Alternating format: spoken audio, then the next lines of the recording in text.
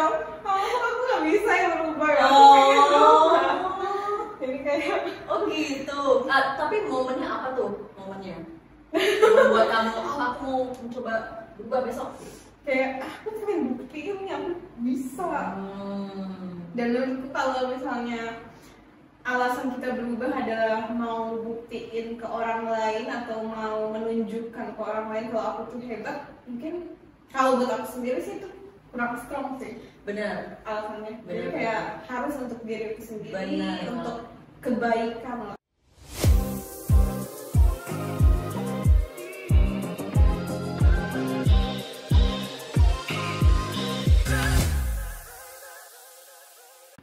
Hai sisters. Oke, kali ini kita balik lagi dengan podcast yang bertema sebenarnya cerita pengalaman pribadi kita di masa lalu, tapi pengalaman apa yang di masa lalu yang menjadi turning point yang benar-benar mengubah hidup kita. Jadi temanya adalah pengalaman hidup yang mengubah hidup kita. Oke, jadi sebelum kita mulai, dulu aku mau tanya nih, kamu percaya nggak sih akan suatu event atau momen di kehidupan yang benar-benar bisa merubah jalur hidupmu 180 derajat? Pernah nggak sih kamu dengar atau mungkin itu terjadi pada dirimu sendiri? Kalau menurutku sendiri yang kayak perubahan hidup 180 derajat itu, menurutku itu kumpulan-kumpulan sih, kumpulan-kumpulan dari apa yang kita alami dan kita lakukan terhadap peristiwa itu. Jadi kayak nggak yang langsung 100% besok aku berubah jadi orang baru. Proses. Oke. Dan mungkin juga tergantung sama seberapa intens hal-hal yang terjadi di setiap proses itu. Mungkin kalau misalnya intensitasnya itu cuma 10%, itu butuh berkali-kali sehingga kita kayak tip of the iceberg gitu ya termsnya, atau dimana momen terakhir itu yang benar-benar merubah kita. Padahal sebenarnya benar yang kamu bilang, itu proses dan bukan hanya satu hal yang terjadi di saat yang terakhir itu, tapi momen-momen yang sebelumnya itu menumpuk yang membuat kita kayak okay, it's time to change. Mungkin kayak aku merasa I'm done with this. Aku udah gak mau ulangin lagi. Mungkin yes, di saat keputusan itu besoknya sekali ada ngulang dikit, tapi habis itu sadar. Iya.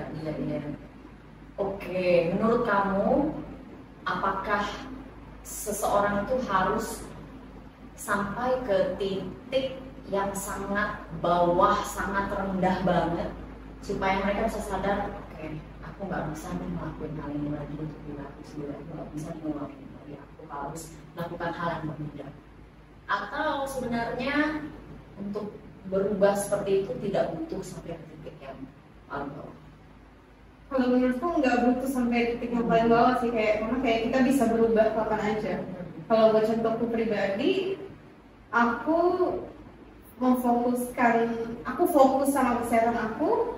Nah, biasanya aku belum ada di titik bawah gitu. Selama ini aku kayak fine aja, tapi kayak dari kecil itu aku nggak punya kesadaran kesehatan. Cuma karena kebiasaan positifku yang lain, dan mungkin yang sering aku nonton nih di sosmed, jadi kayak aku pengen sendiri aja berubah jadi lebih sehat, makan sehat dan lain-lain, dan itu keputusan sendiri karena aku down dan lain-lain. Yang karena kebanyakan orang menunggu momen itu ya, baru berubah. Iya. Wah, boleh nih mungkin di share juga sekalian ya tips bagaimana supaya kita tidak harus menunggu sampai momen atau titik terendah untuk berubah. Untuk kamu sendiri aja nih, di hidup kamu pribadi seperti apa? Kalau buat aku sendiri sih, aku suka refleksi sih.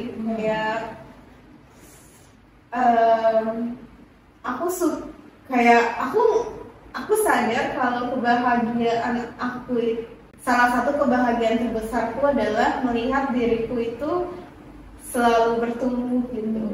Jadi kayak nggak di situ aja, walaupun ada di fase dimana aku mau kayak gini aja, tapi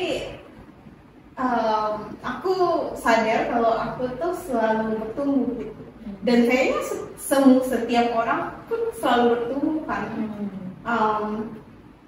Dan menurutku ya kalau buat aku sendiri penting juga untuk melihat masa lalu kita, untuk belajar dari masa lalu, dan dari sini, dari refleksi ini aku kan sadar apa hal yang bisa aku perbaiki lagi.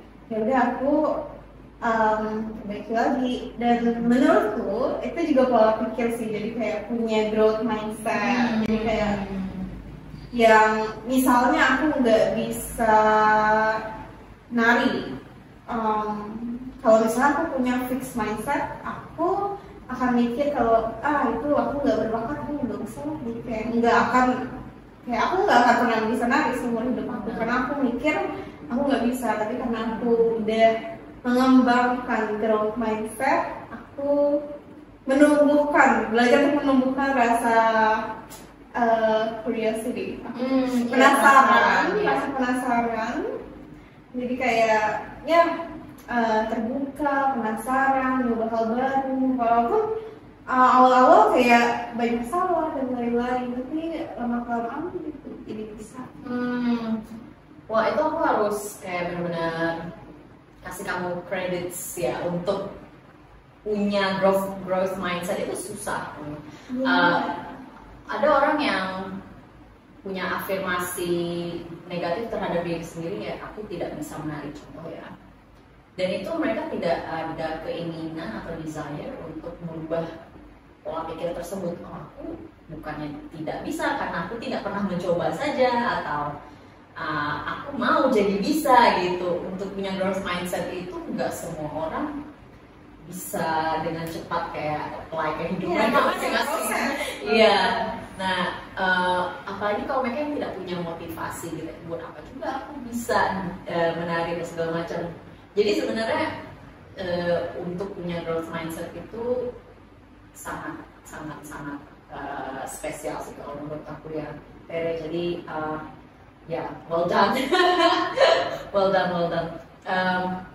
Kamu ada kayak satu saran gitu nggak ke sisters yang lagi dengerin kita? Bagaimana sih cara punya growth mindset dari yang tidak ada motivasi? Apa sih aku berkembang gitu? Apa sih yang bisa kamu kasih tahu ke mereka supaya mereka lebih ada motivasi untuk berkembang? Coba salah satu hal, mungkin dari hal kecil aja, paling kecil, misalnya kayak set goals gitu, set goal kecil. Misalnya pas dulu aku punya mindset kalau aku tuh orang yang nggak akan pernah bisa meditasi, kayak diem 15 menit gitu, 10 menit lah. Coba, ini kayak eksperimen gitu ya istilahnya. Coba selama 30 hari lah. Coba duduk 5 menit, diam, lama-kelamaan 10 menit, 15 menit, dan pasti maksudnya nggak selalu meditasi juga. Satu hal ini yang bikin kamu penasaran, pasti karena udah dilakukan 30 hari ini jadi terbiasa, dan kamu akan berpikir kalau kamu suka hal ini karena kamu terbiasa. Iya. Wah, berarti repetisi itu penting ya, diulang-ulang, dan karena diulang-ulang itulah badan kita jadi terbiasa. Dan hal yang awalnya pikiran kita berkata aku tidak suka, bisa jadi lama-lama suka karena badan kita mulai suka. Karena kamu mulai merasakan manfaatnya. Manfaatnya di dalam tubuh Dalam mungkin, tubuh. di dalam oke. Dan di saat kamu nyadar kalau kamu nggak, di saat kamu sadar kalau kamu mendevelop salah satu kelebihan talenta ini, kamu pun jadi berpikir kalau oh aku ternyata masih bisa untuk bertambah lagi loh talentanya gitu. Bukan hanya di bidang meditasi aja, tapi yang lain-lain ya. Wow, oke. Jadi Ini memang meditasi. iya. Berarti sekali lagi tubuh dan pikiran itu amat sangat terhubung ya. Ya. Oke, kalau yang nggak connect dengan komen barusan, nonton video-video kita sebelumnya. Kita banyak banget ngebahas tentang korelasi antara tubuh dan pikiran. Anyways, kita dive deeper into personal stories gitu ya. Kan sesuai dengan tema podcast kita hari ini. Apa momen yang turning point yang kamu mau sharing dengan sisters, dan momen turning point yang mengubah hidup kamu? Mungkin nggak harus momen yang sangat-sangat intens atau dramatis, tapi bisa aja momen yang buat kamu sadar aja sih kayak oh bangkit aku mau jadi lebih baik lagi besok atau hari itu. Boleh dong diceritain ke kita semua. Aku yang jadi dulu tuh pas aku masih di high school sekolah, aku tuh orang yang nggak bisa matematika gitu. Jadi kayak aku nggak suka pakai logika, yang sesuatu pakai logika gitu. Dan aku ingat dulu lingkunganku tuh cenderung mikir kalau orang yang pintar itu adalah orang yang bisa matematika, yang nilainya bagus di sana. Dan sedangkan aku dulu kalau mat itu aku pasti nyontek, aku nggak mau mikir sama sekali, kayak aku skip, kayak pelajaran yang aku nggak sukanya aku skip. Dan aku cenderung mikir kalau kayaknya aku nggak pintar, kayaknya aku nggak bisa deh, aku nggak sepintar orang lain gitu. Dan keluarga aku pun gitu juga, kayak adikku ini kan kayak yang pintar banget matematika, kayak gampang untuk ngitung di kepala dia. Dan banyak orang yang kasih komentar ke aku kayak masa gitu doang nggak bisa, kayak masa kamu nggak bisa ngitung kayak gitu, ini kamu ini tuh kayak skill basic gitu loh. Nah dari situ aku kayak sedih, dan itu nggak turning point karena kayak aku mengulang-ulang aja gitu di saat itu. Jadi kayak di saat itu kayak ada di saat aku ngambil dalam hatiku, jadi kayak di personal, ada juga di saat kayak lagi bodo amat. Cuma seiring berjalannya waktu, aku mengembangkan diri aku. Jadi ngembanginnya itu bukan ngembangnya di mat, ngembanginnya di hal lain. Jadi kayak aku ganti fokus aku nih, dari yang aku nggak bisa mat, aku cenderung fokus sama hal yang aku pikir aku bisa, yang aku minat, yang aku lebih rasa lebih penasaran. Jadi kayak aku lebih ke yang kreatif nih, kayak nyanyi, Inggris, gitu-gitu, mengekspresikan diri. Nah karena aku fokusnya di sini dan lingkunganku pun juga fokusnya di sini, lama-kelamaan aku jadi ngerasa kalau aku tuh ternyata bisa, aku ternyata berbakat. Mungkin bakatku bukan yang ini, tapi ternyata bakatku yang ini. Jadi kayak aku taruh diri aku di posisi dimana aku tuh diapresiasi gitu. Jadi menurutku lingkungan penting banget ya, kayak kayak usahakan berada di lingkungan dimana kamu tuh diapresiasi. Jadi kayak ya walaupun ganti fokus kita sih, walaupun aku sebenarnya bukan nggak bisa juga, tapi kayak kurang minat aja. Minatku di hal lain, jadi kayak ganti bahasanya juga, ganti perspektif. Aku bukannya nggak bisa, tapi aku minatnya di yang ini. Dan karena aku nggak bisa math, bukan berarti aku nggak pinter. Justru aku kreatif, aku berbakat di sini. Jadi kayak wah, itu penting banget berarti Tere untuk kayak mengolah pikiran-pikiran yang ada di kepala kita gitu, kepercayaan atau beliefs terhadap diri kita. Misalkan aku tidak pintar, misalkan itu negative beliefnya ya. Aku tidak pintar. Kenapa aku berpikir kalau aku tidak pintar? Karena orang-orang sekitar bilang atau aku merasa aku tidak bisa matematika. Lalu saat diolah ini pikiran tersebut nggak ada hubungannya pintar dengan matematika gitu. Kenapa itu berhubungan? Nah itu yang karena udah dikeluarin dari kepala dan kita bisa mengubah koneksi antara pintar dengan matematika itu, jadinya mungkin pintar dalam hal lain. Itu membuat kita jadi merasa lebih percaya diri, lebih bisa ya menyayangi diri sendiri gitu. Oh iya, oke. Aku ingat di saat aku nyadar kalau aku tuh berbakat di hal yang aku fokuskan ini, aku pun jadi kayak bisa bersinar gitu. Akhirnya aku memberikan izin kepada diri aku untuk bersinar karena aku nyadar kalau aku tuh berbakat. Kayak orang lain yang dulunya memberikan komentar-komentar ini, jadi kayak ngeliat ternyata aku pun bisa bersinar in my own way. Iya. Di jalanku sendiri. Tidak harus sesuai dengan apa yang orang lain tentukan. Jadi we create our own path, life path. Oh, that's amazing. Ya, well done ya. Terus dari cerita Tere tersebut,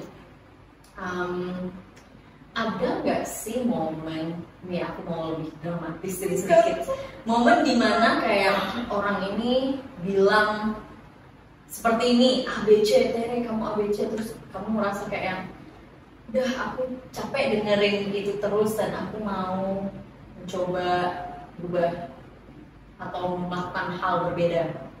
Ada nggak momen yang agak tadi dramatis yang berhubungan dengan cerita kamu tadi? Ada banget sih. Oh ya. Cuma ya pasti itu aku ingat pas aku kayak membuat keputusan ini, abis itu udah lupa lagi. Jadi kayak gagal. Oh maksudnya gimana?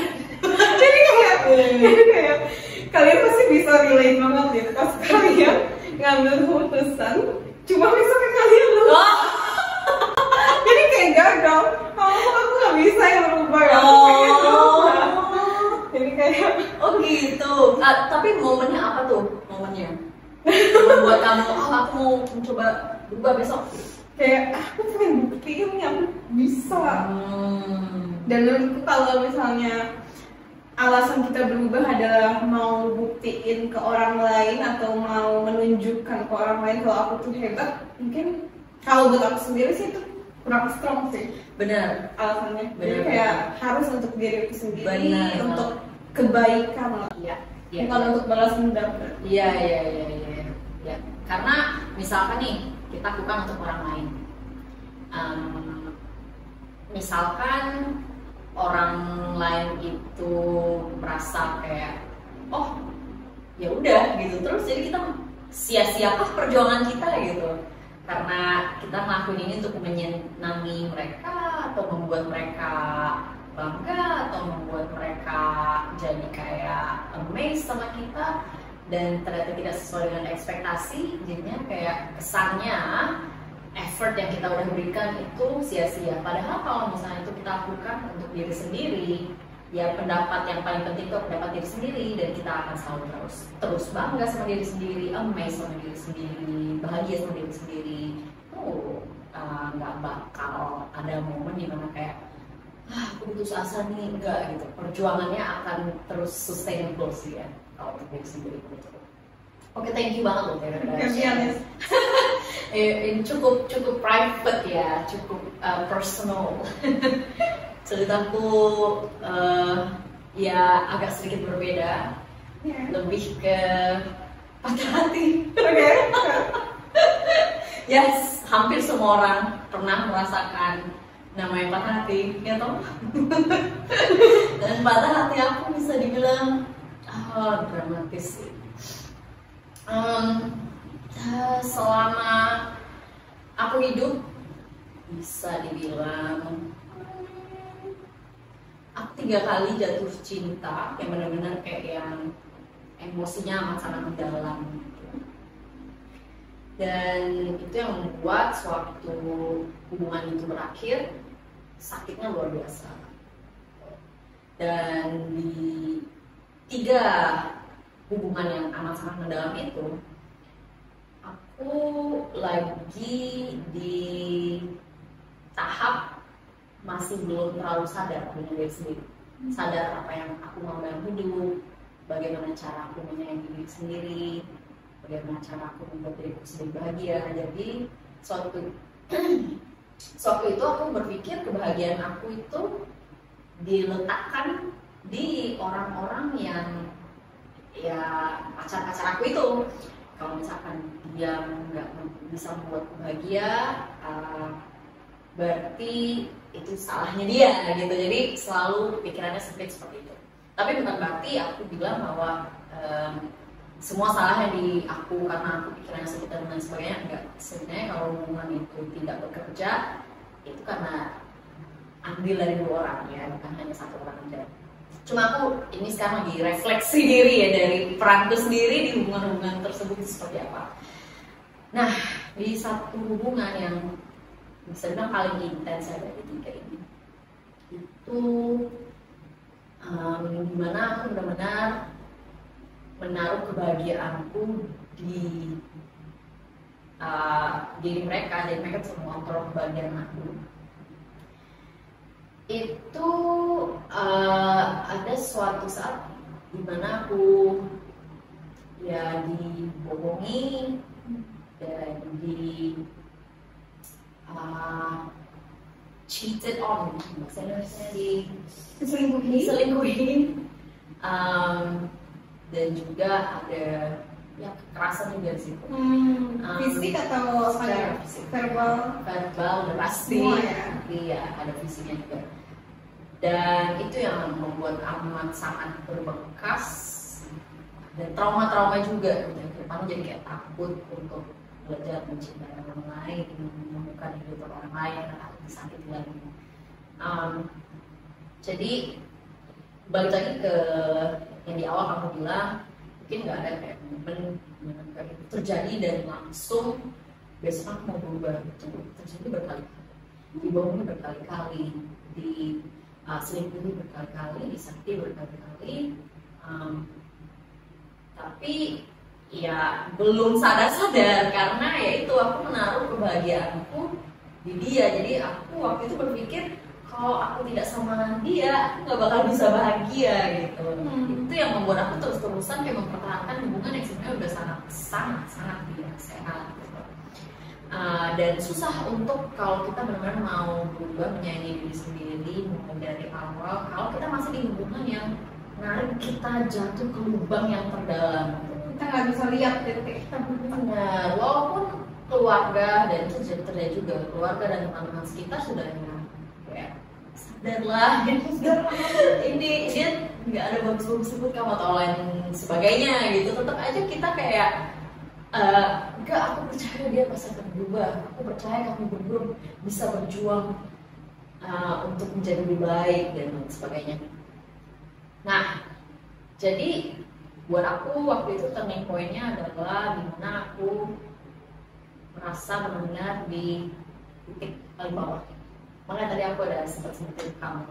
Waktu itu aku di titik paling bawah banget yang benar-benar aku udah depresi, sedepresi-depresinya nggak bakal bisa lebih depresi lagi.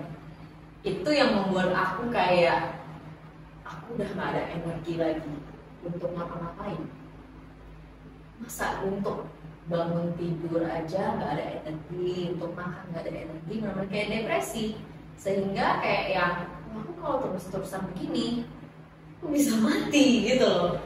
Bukan cuma secara jiwa ya, emang waktu itu sakit hati dan lain sebagainya ya, pasti ya soulnya makin lama makin kayak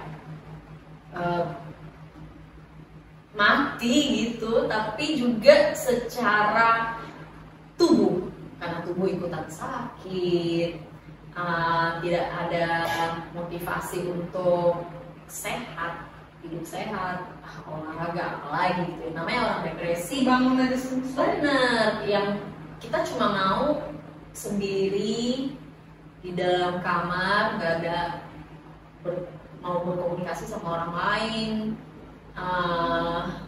cuman pengen sedih sampai ya udah. Pokoknya di pikiran orang yang depresi itu adalah seperti tiada hari esok gitu. Saat itu adalah seperti saat terakhir kita dan kita pengen itu berakhir gitu. Kayak maksudnya hidupku ini sudah tidak menarik lagi, hidupku ini sudah tidak ada excitement lagi, buat apa aku hidup. Jadi kebanyakan orang yang depresi itu mungkin punya pemikiran untuk mengakhiri hidup mereka dan lain sebagainya. Nah, sehingga aku pun jujur aku punya pemikiran seperti itu. Kayak benar-benar gak ada alasan untuk hidup, kayak hari esok tidak akan bisa lebih baik lagi, buat apa aku bangun untuk besok gitu. Jadi itu udah titik terendah sekali buat aku, dan yang membuat aku bangun untuk kayak udah cukup Novia, kamu berlama-lama di kegelapan ini gitu, saatnya kamu perlahan bangkit. Itu adalah sejujurnya keluarga sih. Jadi walaupun gimana ya, nggak semua orang dekat banget sama keluarga, dan waktu itu aku juga tidak terlalu dekat sama keluarga aku. Cuma aku kayak mulai berpikir bukan hanya untuk diriku sendiri, tapi berpikir untuk orang lain juga di sekitar aku. Yang waktu itu yang paling sayang ya keluarga aku gitu, orang tua aku dan adikku. Jadi aku waktu itu, walaupun aku belum bisa melakukan itu untuk diriku sendiri, alasan aku pertama untuk bangkit adalah untuk keluarga aku gitu. Aku pengen mereka bisa melihat aku senyum lagi, bisa melihat aku bahagia lagi. Jadi waktu itu alasan aku bangkit adalah untuk keluarga aku. Menarik. Iya, alasan pertama itu. Karena waktu itu benar-benar untuk diri sendiri, aku sangat-sangat nggak sayang sama diri sendiri saat itu. Bisa ya alasan untuk orang lain. Iya, saat kita lagi di momen amat sangat gelap, di titik terendah, benar-benar nggak menyayangi diri sendiri sampai ingin mengakhiri hidup sendiri, kan berarti tidak menyayangi diri sendiri kan ya. Jadi aku nggak bisa membuat diriku sendiri jadi alasan untuk bangkit waktu itu. Mungkin tiap orang berbeda ya. Jadi waktu itu karena keluargaku terus menyemangati aku, terus ada buat aku, jadi aku akhirnya memutuskan untuk bangkit untuk mereka, supaya aku bisa menunjukkan bahwa aku bisa lagi untuk mereka gitu. Nah dari situ baru pelan-pelan aku bangun self love. Kayak gimana nih spesifiknya langkahnya? Apakah kamu nonton YouTube atau baca buku? Gimana caranya? Karena waktu itu aku sangat tidak ada, mungkin bukan low banget ya, tapi rendah kesadaran terhadap diri sendiri. Langkah apa sih yang harus aku bangun untuk bisa bangkit lagi? Itu aku mau nggak mau belajar tentang attachment style, dan itu aku nonton di YouTube. Jadi ada YouTuber namanya Thais Gibson, boleh dicek. itu dia mengajarkan tentang attachment style, dan aku belajar, oh aku attachment style seperti ini. Jadi maksudnya kalau dalam relationship aku behaviornya cenderung seperti ini, apakah anxious, ataukah avoidant, dan lain sebagainya, atau campuran dari kedua itu membuat aku mengerti bahwa oh oke, bahwa aku behaviornya seperti ini itu dipengaruhi dengan hal-hal yang jadi masa lampau, kayak trauma-trauma masa kecil dan lain sebagainya, dan itu membuat aku lebih bisa menerima diri sendiri.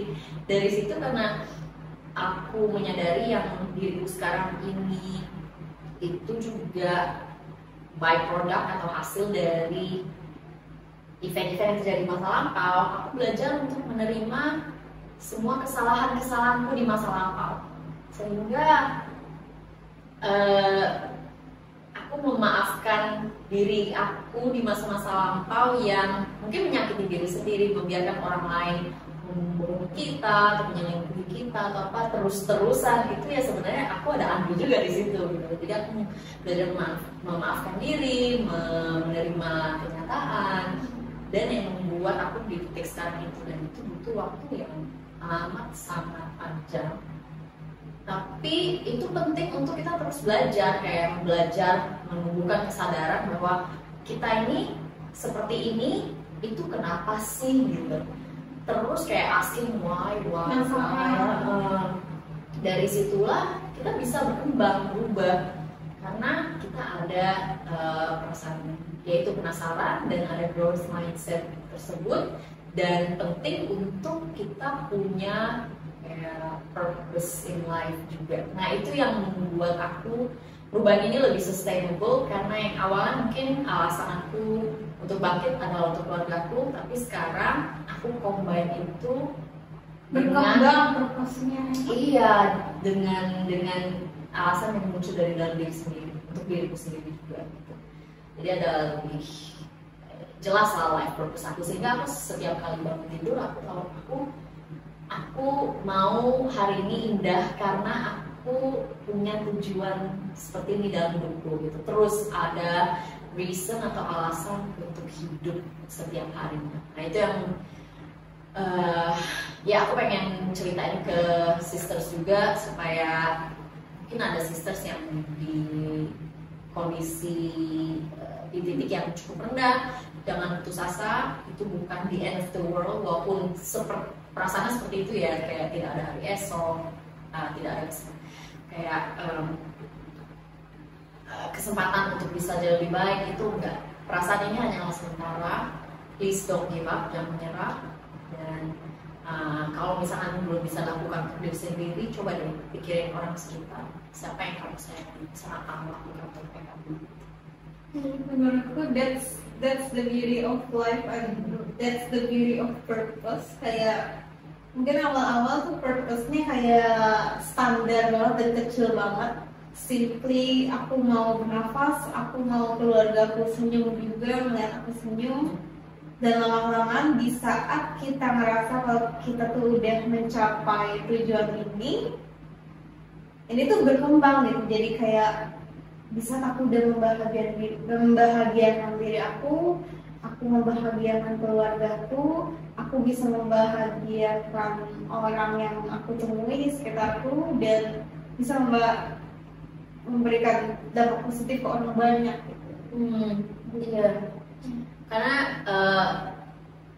kita itu powernya atau kekuatan kita itu nggak kecil, besar. Efek yang kita lakukan itu, perubahan yang kita lakukan di hidup kita itu bisa mempengaruhi bukan hanya lingkungan sekitar, tapi lebih dari itu ya.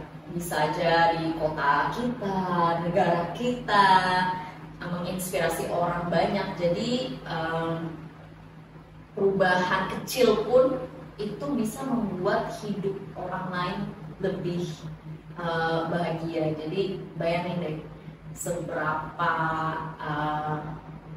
amazingnya impact positif di dunia ini kalau misalnya kita bisa melakukan perubahan kecil setiap hari yang bukan hanya berdampak positif untuk diri kita, tapi juga orang-orang di luar sana. Gitu. Keren banget sih, kayak memaafkan diri sendiri itu penting banget ya. Walaupun susah, Iya. susah. Karena kalau misalnya kita lagi di titik dimana kita benci dengan diri sendiri, ya, masih belum bisa belajar mencintai diri sendiri di posisi kayak kesal sama dia, nggak suka sama dia. Bagaimana cara memaafkan orang yang kita benci? Kita susah ya. Dan menurutku pandangannya juga sih, karena kayak tadi disebutin aku benci, aku kayak gini gitu ya. Bisa diubah jadi aku benci kalau aku bersikap kayak gini. Jadi ini bukan aku, tapi ini salah satu sikapku yang bisa diubah. Benar-benar, karena kita itu bukanlah behavior kita bukan pikiran kita bukan perasaan kita gitu. Kita itu adalah suatu aspek yang bisa terus berkembang dan berubah. Itu bagaimana, tergantung kamu bagaimana cara mau men-shape atau membentuk diri kamu sendiri. Jadi hanya karena satu behavior yang disappointing, yang kamu nggak sesuai dengan apa yang kamu mau, bukan berarti diri kamu adalah seseorang yang disappointing gitu. Kamu tetap bisa menjadi orang yang kamu inginkan. Kayak tidak ada namanya orang yang sempurna, tidak ada namanya orang yang tidak pernah buat kesalahan, tidak ada namanya orang yang tidak pernah sakit hati, tidak pernah sedih. Kita pasti punya momen-momen yang sedih, yang mengecewakan, yang tidak sesuai dengan harapan. Cuma bagaimana kita belajar bangkit dari itu, belajar dari itu yang membuat kita jadi lebih sayang dengan diri sendiri. Wow, hebat, aku bisa. Jadi lebih fokus di situnya daripada aduh salah lagi, aduh sedih lagi. Ya itu namanya manusia, ya pasti ada momen seperti itu. Tapi dapat keberanian tuh dari mana sih? Keberanian untuk berubah diri, keberanian untuk membalikkan keadaan gitu istilahnya. Karena menurutku kebanyakan orang itu nyadar kalau sesuatu harus diubah, cuma yang kurang adalah keberanian gitu. Kalau menurutku itu perlu lagi dibahas, ditanyakan ke diri sendiri. Kayak misalnya kita tidak punya keberanian, kenapa kita tidak punya keberanian? Apakah itu karena ada ketakutan membuat kesalahan? Apakah itu ada ketakutan untuk gagal, tidak mampu? Nah itu biasanya kurang ada keberanian itu karena ketakutan kita melebihi keberanian kita.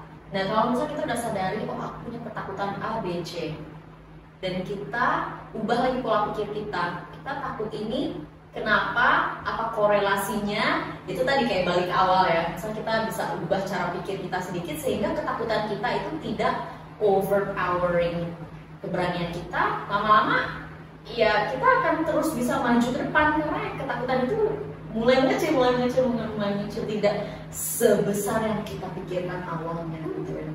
Misalkan takut gagal, siapa sih yang selalu sukses? Pasti adalah yang gagal. Kan kalau misalnya kita takut gagal ya yang nggak usah ngapa-ngapain karena dalam hidup pasti ada kegagalan gitu. Dari kegagalan itulah kita kayak belajar gimana caranya kedepannya bisa lebih baik lagi gitu kan. Justru kegagalan itu penting di growth kita ya kan.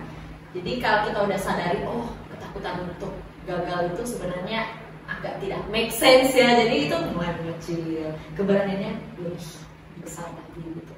Jadi dianalisa lagi. Kalau kamu merasa tidak berani, tanya diri sendiri, kenapa kamu tidak berani? Apa ketakutan yang ada di balik itu? Tanyakan diri sendiri. Buat keinginan kita untuk bertumbuh, untuk berkembang, untuk membuat hidup kita keren dan luar biasa itu lebih kuat daripada kita. Betul banget, betul banget. So deep. Well done. Absolutely. Well, setiap dari kita pasti punya ya cerita turning point ini. Dan kalau misalkan sisters ada yang mau di sharing sama kita, mau mungkin dapat pendapat dari kita atau saran atau tips, boleh ditulis di komen. But it's been very transformational gitu, like what we're doing now. Kayak kita ngelakuin podcast ini itu jujur membuat hidup kita jadi lebih terupgrade juga. Jadi share. Setiap ketemu sekarang jadi kayak ngomongin ini produktif. Benar.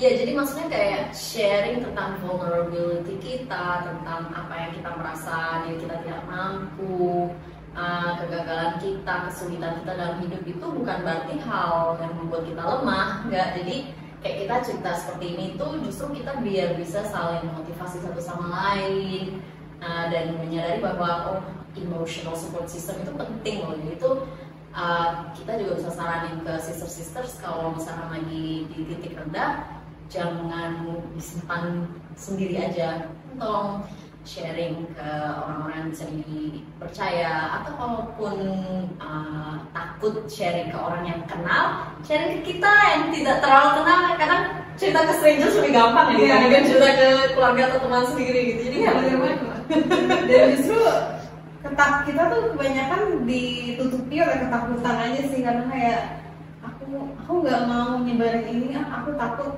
Tapi kalau kita sadar, kalau kita misalnya kita nyoba, ternyata banyak kok yang relate, ternyata banyak kok yang dukung aku gitu. Ternyata kita tidak sendiri loh gitu. Tidak sendiri, dan ternyata orang ini juga merasakan ini, mengalami ini. Benar. Iya. Dan itu bisa jadi membuat kita lebih berani karena kita sadari kita tidak sendiri. Dan menurutku menariknya adalah kejadian-kejadian hidup itu kadang nggak diduga. Jadi kayak misalnya kita bikin podcast nih, pas kita awal ketemu kita ya udah kayak biasa aja, ngobrol biasa aja, ngobrol ke kehidupan kita yang sehari-hari. Cuma kayak ada di satu titik kayak tiba-tiba kayak keluar aja idenya gitu, ya diarahkan gitu ya. Iya. Kayak kita tuh punya visi, kayak aku punya visi, aku nggak tahu gimana caranya aku kesana, cuma dibantu aja gitu. Iya. Asal kita tidak berhenti ya, kayak keep dreaming. Ya, keep dreaming, keep going. Mama pasti akan berjalan yang tepat kok. Ya, jalannya nggak sesuai yang kita bayangkan, tapi lebih baik dan lebih berwarna. Benar. Terus percaya. Okay, sisters, thank you so much for tuning in. Kalau misalkan ada pertanyaan, boleh tulis komen atau kirim DM. But yeah, until next time, hey, thank you. Bye, sis.